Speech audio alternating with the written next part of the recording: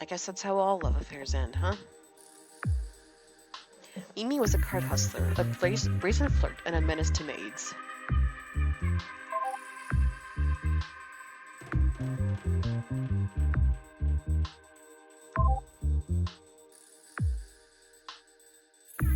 Oh wow, I didn't realize he was so responsible. He's a commoner, but he's got the heart of a gentleman for sure. Aw, that was such a cute face.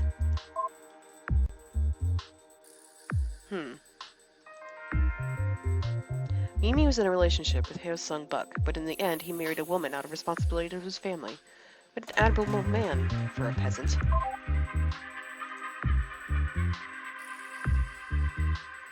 He was having a beautiful, passionate affair with a peasant named Mimi.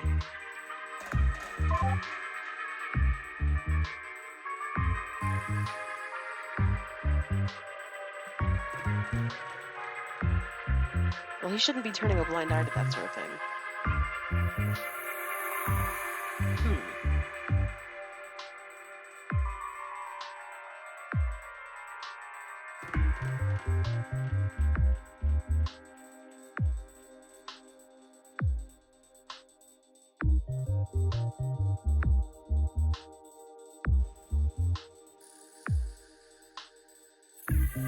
Called it.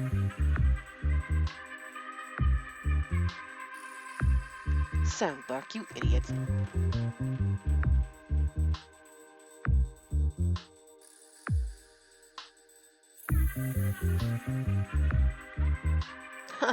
See, it's important to be well read.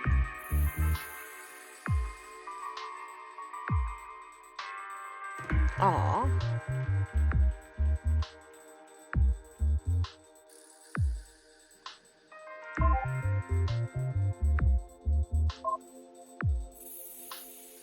So this is what happens when peasant girls learn to write, huh?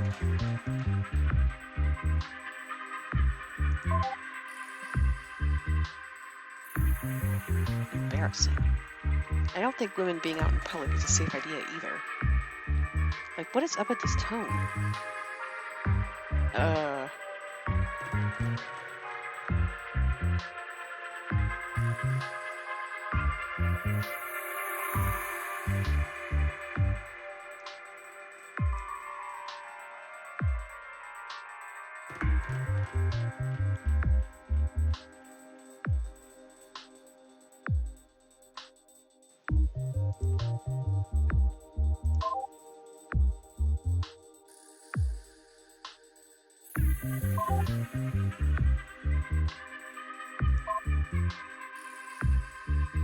Wait, but wasn't Heo a noble name back then? Heo A-jong was a haughty actress and a seductress. Yeah, I'd expect an actor who was also a woman to be that dramatic.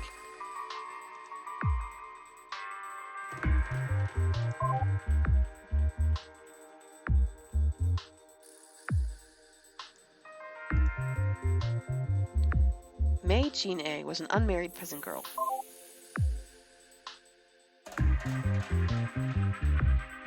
Yikes.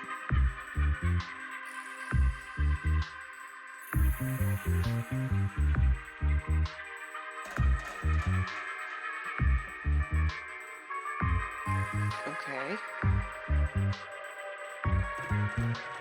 Oh, clever girl.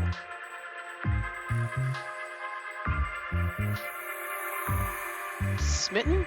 Oh no, ugh. Does she think she's a man? No, you're right. You shouldn't have said that. She gets so mad.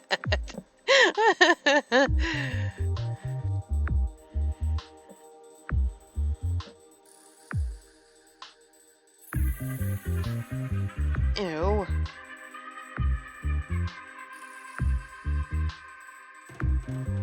Embarrassing.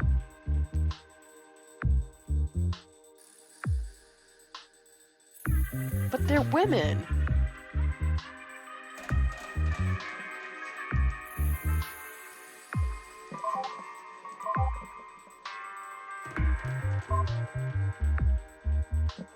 Wait, mixed sex theater?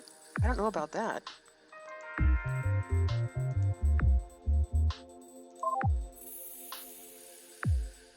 Tae-mi was an actor in the same troupe as Heo A-chong.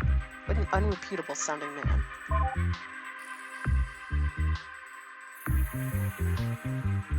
Wouldn't you, have to worry about passions running too high? No. People weren't freaking retarded back then.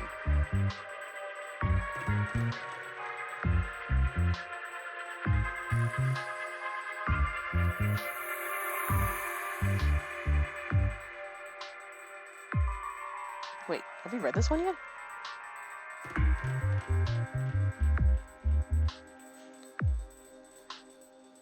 Attention getting headline. The Silver Eternity's production of Don't Pick the Flowers is the current pinnacle of modern theater, with Heo A-chong and Lee Tae-mi giving their finest performances to date.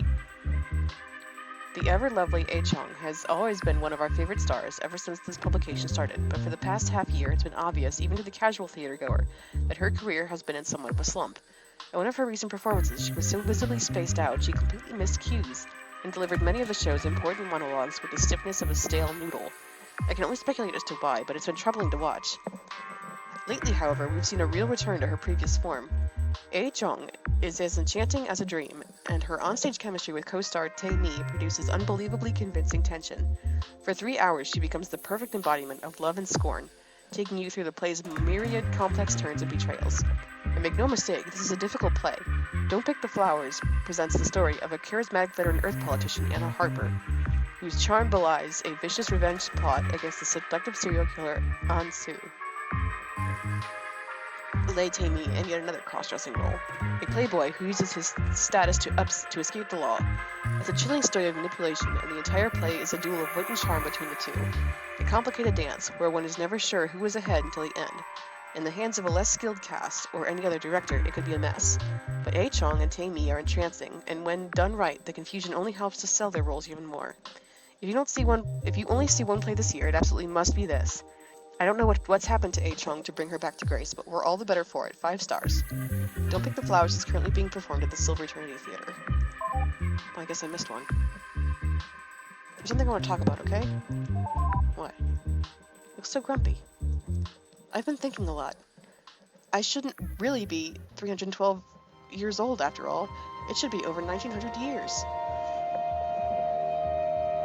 Old Mute keeps saying she's 1600 years old after all, and it just makes me think, even to me, to someone who already feels old, that's an unimaginably long time. Like, okay, if I was given another 1300 years, would I have turned out like her? Of everything I know, the most important thing is honor your elders, and I guess she's probably the closest thing to an ancestor I have. So how the hell do I reconcile that with her awful attitude? Like, when I was first re-enabled, I kept thinking, I want to live up to the Mute that Queen Aon was friends with. But is that really such a good idea? Well, okay, whatever. Let's get back to it. I just feel more and more confused and unconfident and horrified, but it's kind of a train wreck, you know? I couldn't look away even if I wanted to.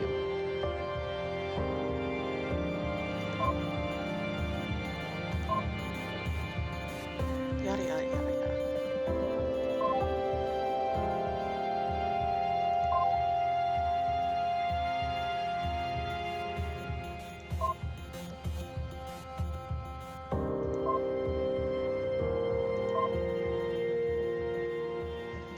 This sounds pretty normal, though.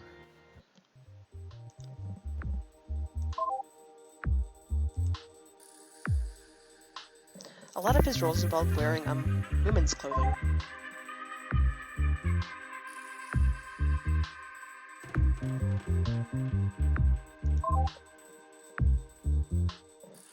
Okay, so we're out of power. Okay, so we're pretty much out of power for today. I'm sorry about burning through so much with my debugging. I'm just as anxious to read the rest as you are.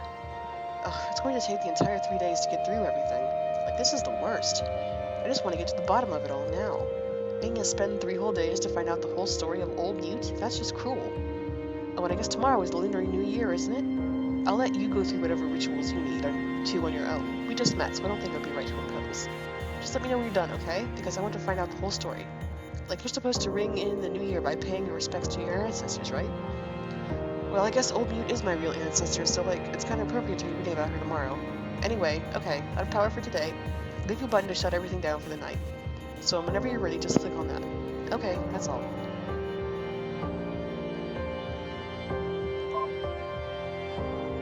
done for the day, right? Okay, I'll just let you go ahead and save your data first.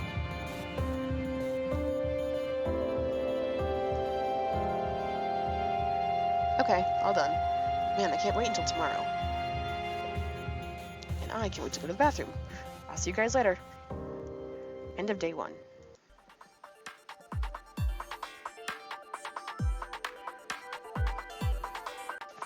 Alright, well, we're apparently ready to continue, but I'm pretty tired, so you might not be able to hear me too well. And I hope doing this will tire me out more, because I just can't sleep.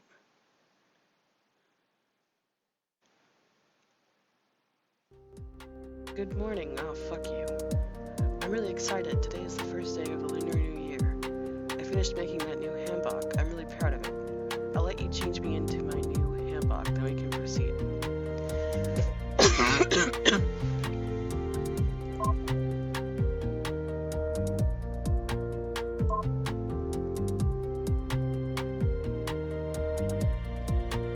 There we go.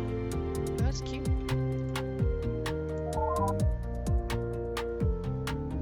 Ah, you did it. How much do you know about Korean Lunar New Year traditions? Nothing. Oh, well then I guess I'll just have to explain as we go along. So tell me, what do you think of my new outfit? I think it's very pretty. Ah, thank you. That's very nice of you to say. I'm glad you like it. I worked hard on it last night. Anyway, let's start. Oh, they're butterflies. Normally, you're supposed to start off with putting out a bunch of ritual foods for your ancestors and do some bows. But, I don't really remember what they are. My family would handle that part. Mostly, though, it's just... Maybe this is an awful thing to say, but... I know it's something that my adopted family believed in strongly, but... It's completely beyond belief for me that my ancestors have been looking over me. If they were, would they have really have let all those things happen?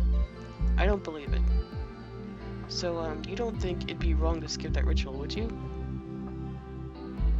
Only you can say. I guess so. Well, maybe this is wrong of me, but I won't do it then. Now let's move on. The other really important thing I remember about the New Year is that you're supposed to eat Teoguk. That sounds disgusting. That's a kind of soup. When you have it on New Year's Day, it symbolizes growing a year older. It tastes like, well, sort of a, oh. I guess after 622 years, I don't really remember what any food tastes like. Anyway, though, that's not what's important. What's important is that's how you can count how old you are. I remember what it looks like, at least. Like this. Like Alka-Seltzer tablets, okay? Well, here goes.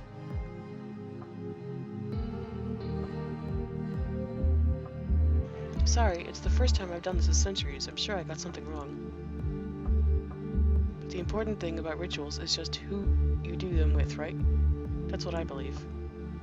So since this is the first time I've done this since I was alive, well, if this is my 17th time having it, by that measure, that must mean I'm only really 17 years old.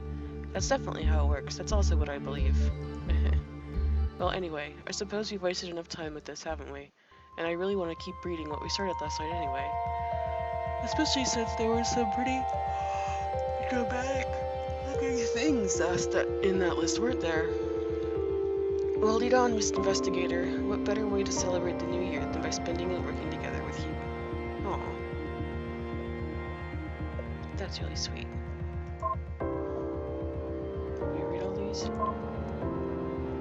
Yeah, you did. Okay.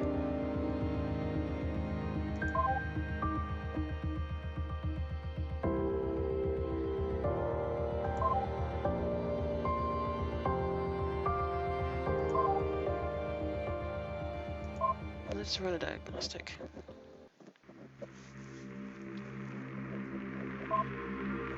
Good.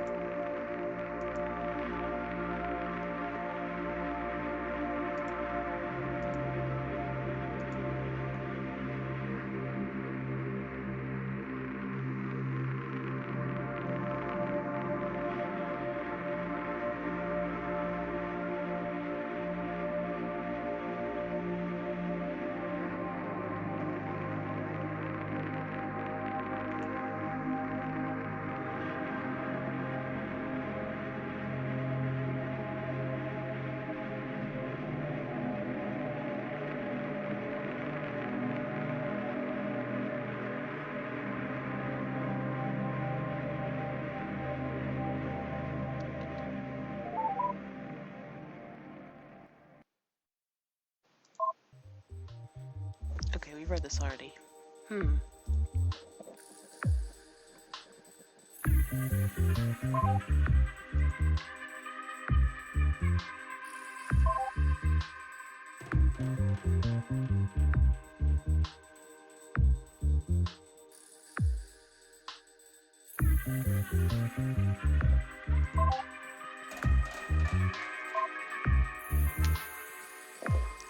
Girl feelings. I know what those are like. Dear Diary, oh, I am so in love. I just got home, and after I finish eating, I need to get to work. But right now, I gotta write this all down because, girl feelings.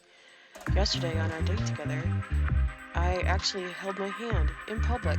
I thought she was worried about being seen with me like that before, but I guess she changed her mind. And that was even before dinner. I mean, afterwards I wouldn't have been surprised, because she insisted on us going through a lot of wine together. And she gets really possessive of me when she does that. She really claimed what she can. Please, my dear, I insist, she told me as she ordered the second bottle. Money might be tight these days, but it's worth it to see you get all giggly and affectionate. Is that what wine makes you do? I've never had any. What? I don't even know what you're talking about, I said, but then I couldn't help but giggle. Oh, fine. I mean it truly, especially with how little I seem to see you lately, she said sadly. Well, we'll be able... Why wouldn't she? Is A. Chong a noisy sleeper? Well, we'll be able to spend more nights together once we're able to get a place of our own, right? I asked. I really can't wait until we can. If I could take her back to my home, it would be fine, but haha. Oh, no way am I sleeping with her with my parents on the other side of the screen. Getting a place of our own on the same deck is still the only option. I can't wait. Right, she said, and then took another drink. Afterwards, we went back to her cozy apartment behind the theater, and we drank some more. It pretty quickly got to the point in the evening where she could not keep her hands off me, which, oh my gosh, I just still cannot deal with at all. At all. Oh my. You know, I stammered, if you keep being like that with me in public, all those fangirls who call you big sister are going to get jealous.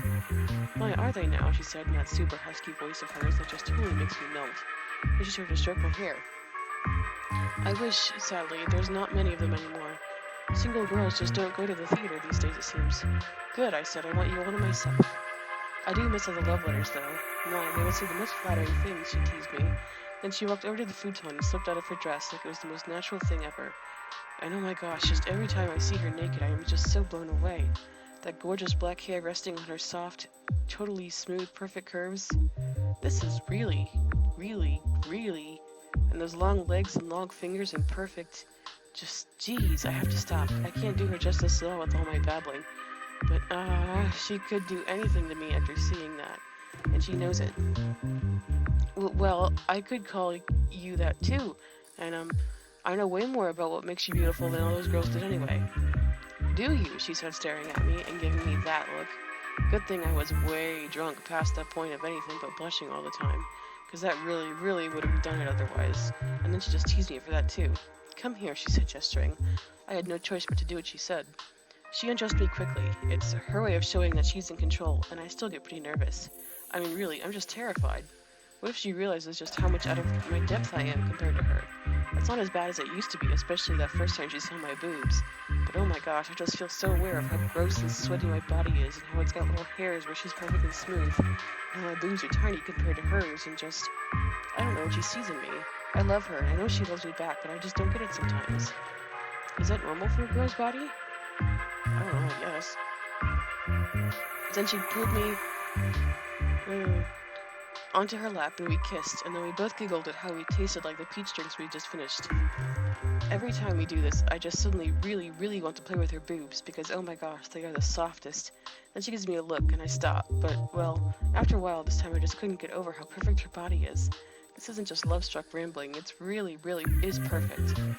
I ended up kissing her neck, and even that was just so soft. I don't really know what came over me, but I kind of really felt like biting her. I don't know, I feel bad now, but I just really felt like I really wanted to leave a blemish on that super perfect body of hers. And I guess, to show that she was taken. I don't know, it's stupid, it sounds awful when I say it now. I started out gentle and she let me, so I kept going. And didn't even stop when she cried out. I didn't even think to stop. All I could think of when I heard that moan of hers was that, gosh, I wanted to hear more. This is really weird, yeah.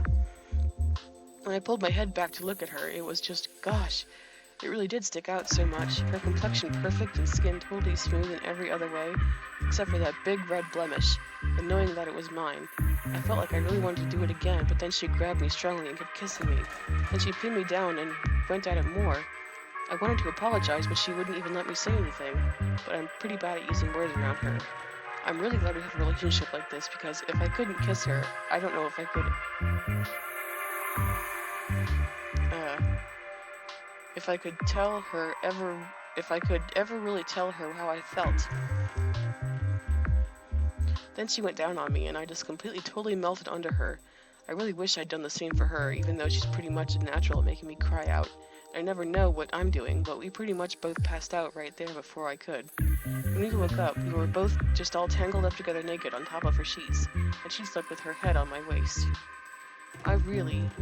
This is so indecent, but also maybe a little romantic. I really didn't want to leave. I hate the mornings after. Why do our amazing evenings have to end? Gosh, I'm just so in love with her. I wish it was possible to just spend an entire day with her and not worry about having to work and scramble home in the morning and, why don't we already live together? It's not fair.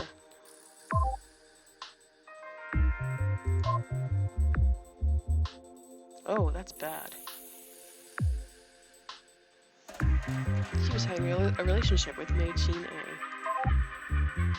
With every passing day comes increasing worries about what the next will bring. My only reprise from my fears comes during my rare dates with my cute flower, Qin A. She was in a really intense relationship with the actress Heo A. Chong. But more and more, I truly hate these mornings after, for she has to return to the world of commoners with family. And I will return to mine to discover that attendance at the Silver Eternity has dropped again, and such patron has threatened to rescind their donation. Beside me, I watch the naked form of my love selfishly sleeping as I write, and I have both overwhelming desire to join her and trepidation towards the inevitable awakening the next morning. I long for nothing more than to be able to rest my head on her forever and never have to leave. Yet I cannot, and I know that things are troubled. What does she mean by that? Before she arrived at the theater to pick me up, I was in conversation with a patron who offered, as many others have, to alleviate all my financial worries at the price of offering him something of mine that my beloved wants all to herself. I let him show the typical amount of inappropriate affection, his hand on my cheek as he made his extraordinary demand, and when I declined, it was not out of a sense of dignity, but out of love for Qin A. Still, she walked in that sight, and while she said nothing, I am certain that it worried her. Oh. I tried to make it up to her with displays of over-affection, as I cannot bear the thought of worrying her cute little head. Aw, that's sweet at least. I held her hand as we walked to the restaurant, and even let her order a second bottle of wine. Every time I am with her, my mind enters an endless spiral of worries that the moment is wrong, or that I'm not delivering enough. I don't know if that will ever go away. Perhaps that's simply how love is. Despite my age and my pretenses, I have little genuine experience in such matters. When we returned to my dingy room behind the theater, we ended up drinking more still, and it's in that state I find myself to be so emotionally vulnerable. These days there seem to be no single girls in attendance at the theater, only families and grandmothers and old men, I lamented. Gone are the days of rich girls lining up to deliver love letters to me. Do I miss them so? You'll have to settle for me, she said with her usual indifferent enthusiasm. I don't know how she keeps it up. I envy it. It's what gives me the energy to keep going, remembering that innocent smile of hers. I wanted her so much. I wanted to embrace her and to be overwhelmed with immediate passion for her, such that I could forget my limitations and melancholy and simply live in the moment where I am naked before her excited smile. Wow, saying these things, that sounds really corny. I know more about what makes you beautiful than all those girls did anyway, she told me appraisingly as I undressed and waited for her in bed. Oh geez, I shouldn't be reading this. Do you? I wondered wistfully. She did, of course. She knew my vulnerability. She knew my weakness. With all those girls, even when I took them off to my bed, it was always so easy to me. I always knew that I was prettier and more desirable and more confident, and that not even for a second would I ever lose control of the situation, or make them squirm and gasp and shudder for my amusement at my will, never fearing that I was ever giving any less than exactly what they wanted from me. With her, though, it's special. I feel as though I have to try so hard to please her, as though she is the one who is perfect and in control, and I never have the confidence that I can meet her expectations, but I try so hard. Come here, I begged her, reaching out and longing. For some reason, a thought that she might not came to mind and scared me, but she did. I undressed her when she let me, letting her show that she was in control, even in that facet. We kissed, and when we started to giggle, I could scarcely help myself from doing the same. When she started to giggle, despite my worries and melancholy, and she took my body onto her lap and my chest into her strong, calloused hands, gripped me tightly. Only enough for a tease, though, only enough to make me stare at her longingly for the feeling of her rough fingers playing with me. My breasts themselves were only in her grip for seconds, but my heart still now remains ever firmly in her grasp. Then she started to bite my neck, at first gently to give me a chance to decline, as if I could say no to her, but then stronger until I couldn't help but moan in pain and delight. When she was done, I touched my neck. It was so sensitive, so tender compared to the skin around it, and I felt so happy that she had found a way to leave me with something, an outward show of her love that wouldn't disappear when she left for work. I had to thank her. I had to kiss her, showing my gratitude in the most elegant way I know how. As I pinned her down, giving her attention where she most deserved it, I felt like for that moment all our barriers to communication had been lifted, that I knew what I was doing was good enough for her and what she wanted from me, and that I had nothing else in the world more to worry about save for trying to draw more pleased noises out of her. She got louder and louder as I dedicated myself to her, letting out the most perfect wavering murmurs, gripping tightly to the sheets. I wish I could have heard that last ecstatic moan again and again. It was what I was longing for, her most explicit display of love and approval. And then she fell asleep, and I was brought back to the real world, the one where I can only rarely see my love, where the holder of that innocent smile speaks of naive dreams of living together, that with each day we can afford increasingly less, and so I write down my feelings in the hopes that I can hold on to them when she leaves, and perhaps find strength and comfort in them. I feel really sad for her, though. And now I will go to sleep at her side as long as I am able, and naked before her, adorned only by her mark on my neck. I'll declare I love her as much as I hate the mornings after.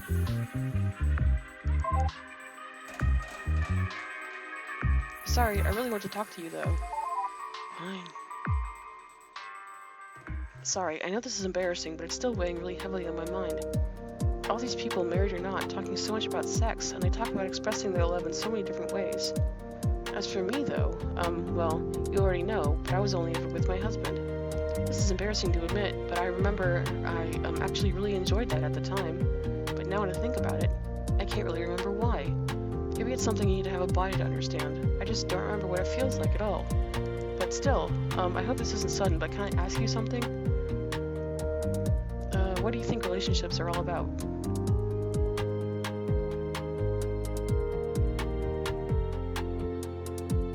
Love. Ah, that's so romantic of you. I think love is really important too.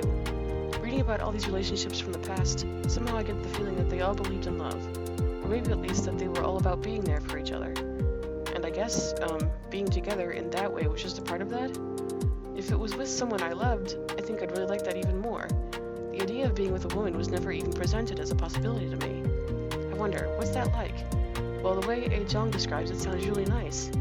Reading about all this might be a little embarrassing and so foreign to me, but it makes me feel like I can believe in romance again, that it's not just some childish thing. And it makes me want to experience, well, you know, being together with a woman. Anyway, I'm sorry I'm babbling about such an embarrassing thing. Let's get back to reading. Not that I mean I just want to read things that are dirty. Just investigating. I want to get back to reading so we can continue investigating. Ah, geez, let's just get back to it.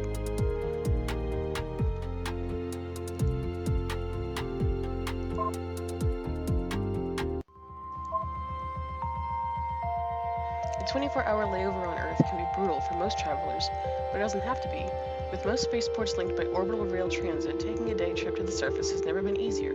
Remember, days on Earth are traditionally segmented into 7 per week, with most regions observing 1 or 2 of those days off. Make sure you're not trying to visit during a weekend day, or you might be terribly disappointed. Here's some of our favorite lesser frequented day trips that anyone can experience on Earth. Pyongyang Gardens, open to the public all days, but tours unavailable on Monday or Tuesday. Like most major metropolitan areas in the region, Pyongyang is climatized to a year-long comfortable spring, so while the countryside will be buried in snow in February, the city itself is nice and warm, perfect for watching the flowers bloom on its famous rooftop gardens. Lake City Ruins, closed to the public on Sundays. Experience a guided tour through the preserved ruins of Lake City to see a glimpse of quaint 23rd century life. Tour routes are well marked, well monitored, and completely safe for any visitor.